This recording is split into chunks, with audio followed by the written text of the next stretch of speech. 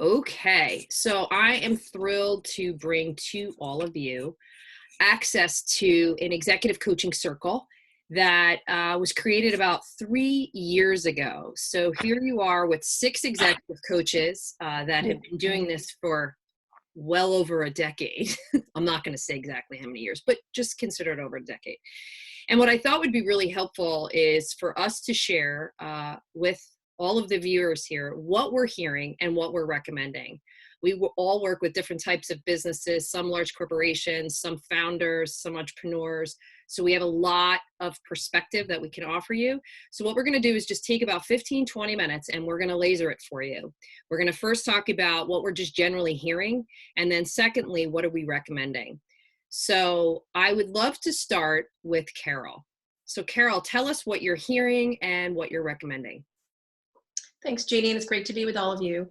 I think in terms of what I'm hearing, it is not business as usual, but people are really trying to determine what is the new business as usual. How do you connect to people, the importance of staying connected to your teams, being able to leverage in a very positive way this whole social world that we live in, this online world that we live in. And there's a juxtaposition of that because this is helping us do our jobs, it's helping us reach out to people, it's helping us to connect to people. And at the same time, people can be overloaded. And so being able to manage and say, why am I picking up the phone at this time? What is it that I'm trying to hear? What is it that I need? So I think people are kind of feeling that, you know, there's the overload, but at the same time, we need to load and connect to that. So being able to reach out to my clients is to find out what's on their mind, what are they involved with. I coach a lot of leaders. And so some of the things that I'm providing to them is thinking about what are those competencies that are needed right now. You need to be able to do it sort of on three levels. And this is similar to a little bit what you had talked about earlier, Jeannie, in a conversation that we had, where what is the self-leadership, what is the team leadership, and what is the corporation, company, organization leadership. From a self-leadership perspective, what are you thinking about for you? What is this self-care that you need? For some people, they just are 24/7 and lots of ideas and so much going on. For others, they need to look inwardly. So thinking about making a list of what is helpful to you to relax you, because that's an important piece, being able to do that from a self perspective. From a team perspective, being able to reach out to your team, to connect with them, finding out what are their concerns, are they okay, being real to them, letting them know you have concerns, you have things that are creating worry for you. But talking about it for most of us helps to sort of get it out there. And then I think from a company, corporation, organization leadership, what does the organization need from you? And thinking about what are the competencies, start with strengths, as we always start with our clients. What do you do well and exploit that? And what are the things that can be helpful to other people? And I think one of the things for my clients is composure, agility, and resiliency. Composure, thinking about how am I under pressure? How do I not become defensive? Thinking about how do I not get knocked off when the unexpected happens? The unexpected is going to continue to happen. And so what can we do to, number one, be composed as best we can? Number two, thinking about how to be flexible and agile if I've got to turn left or right. And think about going forward, how do I be resilient? So those are my first steps. Thank you. Anne, how about you? Sure. I would say one thing that I have started out with a lot of clients is just that I know can appreciate this is keep your sense of humor as best as you can right now. I think there's a quote by the author of Deep Survival, which is a book detailing, for this author at least, he was curious about how, this is Lawrence Gonzalez, he's the author of the book. He was curious because his father was a combat pilot in World War II, and he was taken prisoner and he managed to survive. So when he did his research, he wondered what allowed his father to make it home when so many in his situation would not. And one surprising discovery of that is that humor, even dark humor during this time, really helps. So that's my overall, I'd say, headline. I often share too that you really can't create healing of the world right now if you can't create a healing of yourself. So try your best to be patient zero of the healing in whatever way that you can do that. Self-management way or in community as we're trying to do and offering something creatively right now. As far as a tip, and I'll just maybe speak to one, I think about everyone's going to have a different action plan that applies to their business at this time. That's different from the regular ways to which we would interact if we were gathering at an office.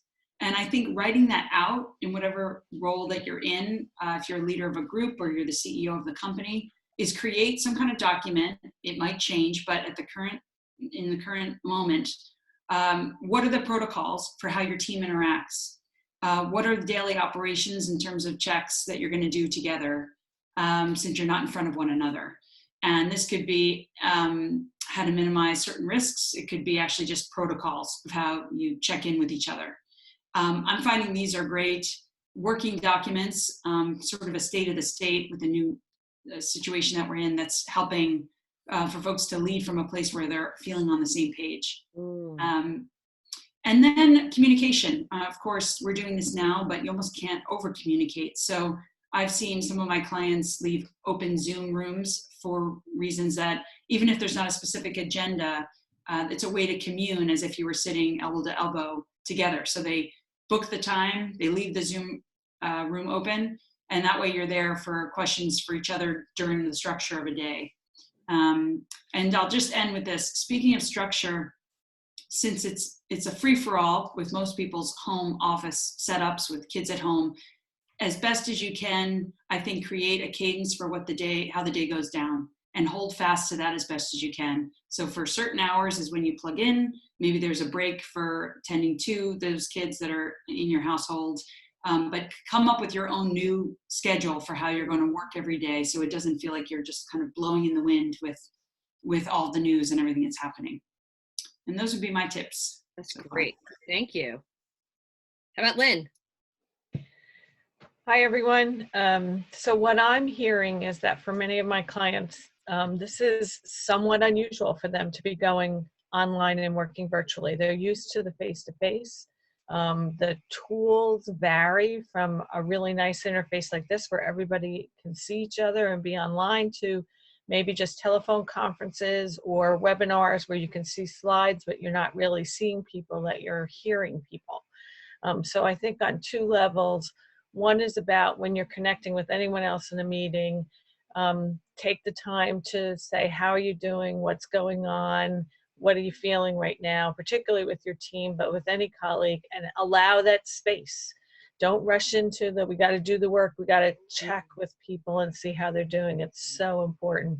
And also share a little bit about how you're feeling so that you connect human to human.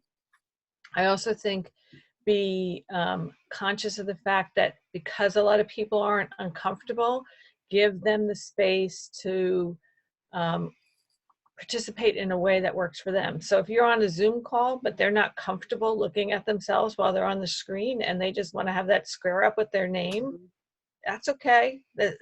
Let them participate.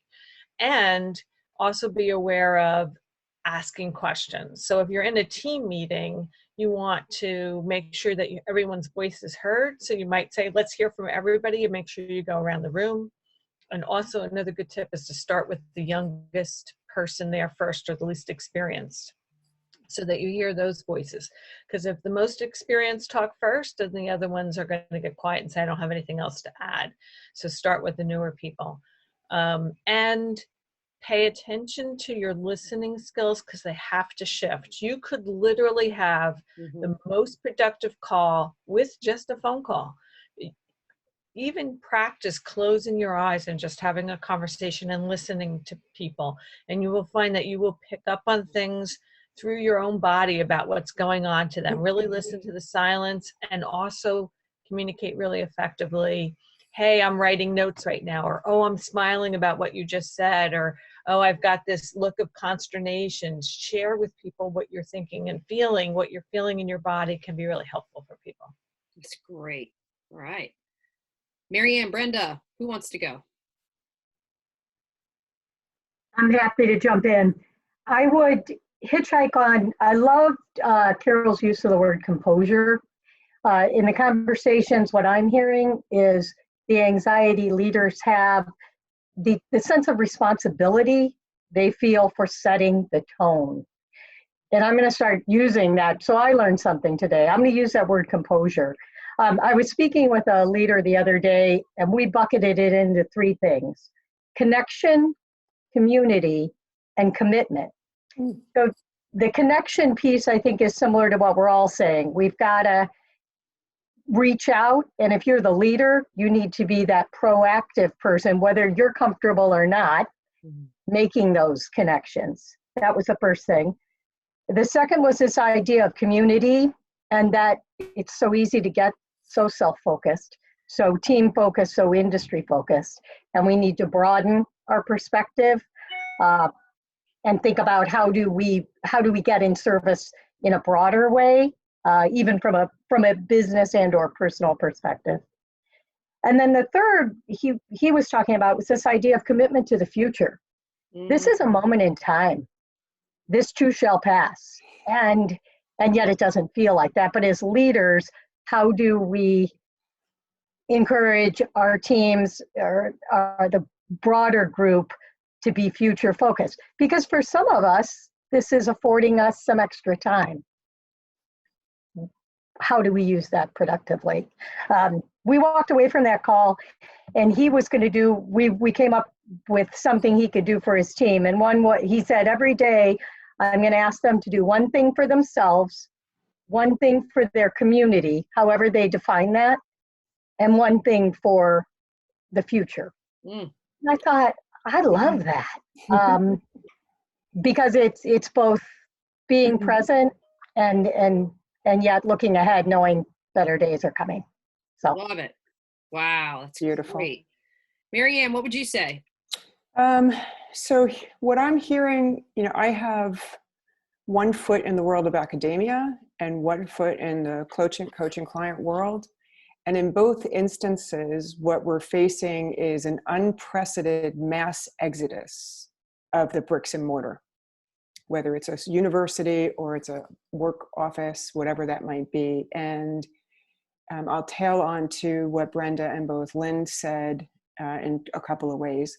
One is making the space for people to unpack has been one of the most important things I have found in all of the communities I interact with, and allowing them, creating that space for them, asking the question of how they're doing, and making sure that they have the opportunity to just let it out, talk to somebody, let people know what's going on, and get some support and some strategies on how to manage themselves. The other piece is really around making sure people are resourced, so they know where to get factual information. What I'm hearing from clients a lot is there's so much hype and sensationalism and fear and scarcity going on. They're not sure which way to turn. It can be very overwhelming. So making sure that they're resourced in a proper way and they know how to find good information and be equipped and be prepared so they can lead themselves and lead others. And one of the resources that I point them to, one of my favorite places, is called 6seconds.org. And it's an emotional intelligence organization. I think that if I had to put it in two big buckets, what leaders face during times of mass uncertainty like we're in right now is difficulty leaning into the emotion and difficulty being vulnerable. And when you put those two things together in this environment, it can be really paralyzing for people. So the questions I've been asking my clients are things like, how might you reframe this situation to be a period of renewal for yourself, for your teams, for your business, kind of accepting where we are, but looking at the promise this virtual world can offer. How can we do things differently? How can we improve productivity? I think we're challenging the orthodoxies we've listened to for the last decade about remote separates people and remote isn't intimate and you can't collaborate.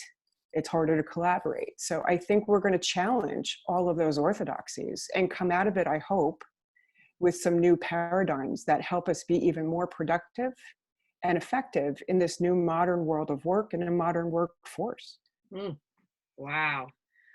Well, the only thing that I would add, those incredible insights, what I've been hearing, I go back to having gone through Y2K. You remember Y2K? Oh my God, the computers are going to crash because it's not going to be able to support 00. Also moving through 9/11 and also going through Hurricane Sandy. There are two things that I see are like behaviors that have the most power, particularly when there's a lot of ambiguity and a lot of uncertainty. One is to be real and really speak your truth. Name where you are and do your best to be in service and support. And I think you all use that language, is create the space for other people to talk and accept that we're all not going to be at our best every day, but we have an intention of being in our best. So giving people the space to say, you know what, today's a tough day, or today's a tough hour. And right now it's an hour by hour thing. And it's okay. Secondly is be consistent. Do what you say you're going to do. If you say you're going to have a meeting at XYZ time, you got to do it. And you also have to be consistent with, if you're promising or suggesting something or putting something out there and you have some responsibility to carry it forward, you need to be consistent and communicative around that. And those are like the two anchors that people are really grasping for. That, and to some of the suggestions here, is where can you create routine? Where can you create some sort of schedule? The Facebook Lives, that was really the intention. At least that's an anchor every morning that people know there's going to be something happening with some dialogue. So that's what I'm noticing. And I hope this conversation is helpful. Would love some feedback. If there's more you need, there's more you want, we're happy to continue to be in service. So take care, be strong, stay calm, and be in service to each other.